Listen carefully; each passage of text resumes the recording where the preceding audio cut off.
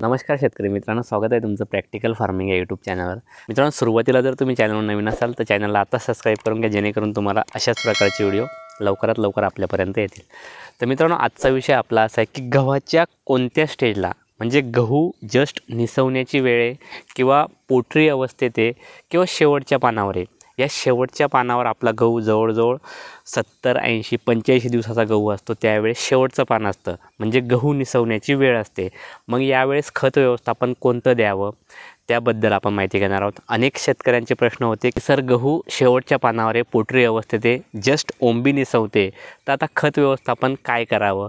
तर मित्रांनो, आपला गहू जवळजवळ या कंडिशनला असल्यावर आपले जर खताचे 2 डोस झाले असतील, 1, 2 जेही आपले डोस झाले असतील त्या डोसांवर आपला गहू येऊन जातो। पण अधिकचं उत्पन्न जर आपल्याला हवं असेल तर या स्टेजला, म्हणजे ही जी पोटरी अवस्था आहे, 70, 80, 85 दिवसाची अवस्था आहे, या अवस्थेत आपली फवारणीतून जे काही अन्नद्रव्य असतील, जे काही मायक्रोन्यूट्रन असतील ते जाणे गरजेचं आहे। म्हणजे फवारणीतून सुद्धा आपलं अन्नद्रव्य जाणं गरजेचं आहे, कारण की ज्यावेळेस प्रकाश संश्लेषण क्रिया होत असते, जे काही पीक आपलं पर्णरंध्र असतील, पानं असतील, प्रकाश संश्लेषणाच्या साहाय्यानं जे काही अन्नद्रव्य त्याला भेटतं आहे बाहेरचं, तो ॲक्वायर करण्याचं काम करत असतं। म्हणून आपली फवारणीतून का होईना जे काही अन्नद्रव्य असतील ते जाणे खूप गरजेचे आहे। मग यामध्ये आपण काय वापरायचं, तर यामध्ये तुम्हाला जे काही मायक्रोन्यूट्रन बाजारात मिळतील, टॉनिक असेल, मायक्रोन्यूट्रन असतील, अन्नद्रव्य असतील, त्याची फवारणी आपण या कंडिशनला घेऊ शकतो। तर मित्रांनो, मग यामध्ये आपल्याला घ्यायचं असेल तर एक कॉम्बिनेशन घ्यायचं, एक बुरशीनाशक, एक मायक्रोन्यूट्रन आणि एक कीटकनाशक।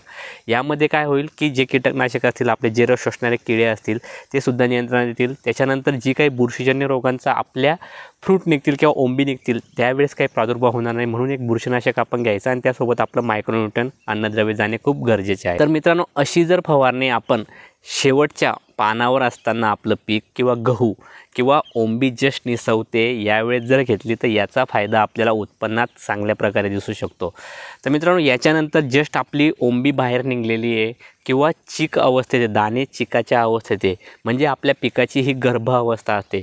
या गर्भ अवस्थेमध्ये जर कुठल्याही पिकाला आपण अन्नद्रव्य व्यवस्थापन केलं फवारणीच्या माध्यमातून तर आपल्या पिकाला उत्पन्नात चांगली भर पडू शकते। म्हणून आपण या कंडिशनला, म्हणजे पीक आपलं गर्भावस्थेत असताना 1-2 प्रकारच्या मायक्रोन्यूट्रनच्या फवारण्या किंवा अन्नद्रव्य असतील किंवा आपण एखादं टॉनिक असेल बाजारात आपल्याला मिळून जातं, ती जर फवारणी घेतली तर आपल्याला उत्पन्नात 5 ते 10% परिणाम आपल्याला चांगल्या प्रकारे दिसू शकेल। म्हणून आपण या कंडिशनला 1 किंवा 2 फवारण्या मायक्रोन्यूट्रनच्या, नुसतं मायक्रोन्यूट्रनसुद्धा फवारला आपण, त्यासोबत एखादं बुरशीनाशक घेतलं तर आपल्या पिकाला चांगल्या प्रकारे फायदा होऊ शकेल।